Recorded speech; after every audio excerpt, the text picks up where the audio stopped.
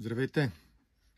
В това видео на Jeepart ще ви покажем едни специфични части, които са свързани с електрическата ръчна спирачка на автомобилите. Това, което виждате, е зъбни колела, ремонтен комплект от зъбни колела и електромоторче за следните модели автомобили. Тези части стават за BMW X5 E70, X6 E71, за S-класа W221,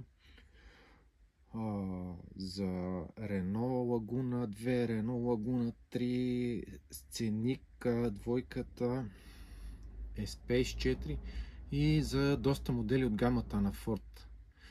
Това, което трябва да знаете за тези части, е, че трябва да се преброят броя на зъбчетата, които са на електромотора. Това, което ние предлагаме, е електромотор с 18 зъба, като се случва да попаднем и на такива, които са с 17.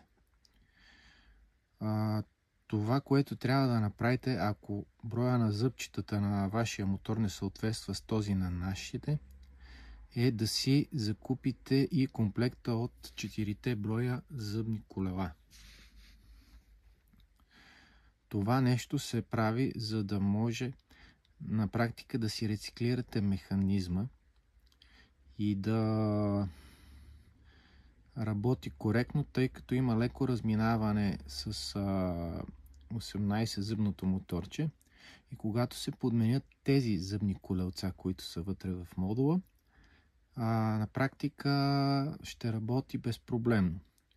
Другото, което препоръчваме, така и така тези зъбни колела не са толкова скъпи. Цената им е от сорта на 25-30 лева.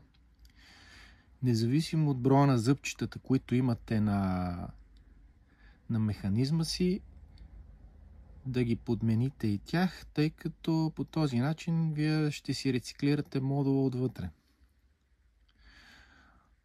Това мога да обясня за сега за тези конкретни части.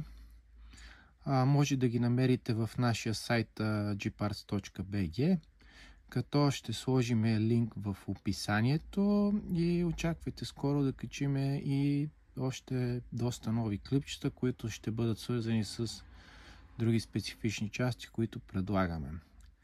Това е от нас за сега. Поздрави!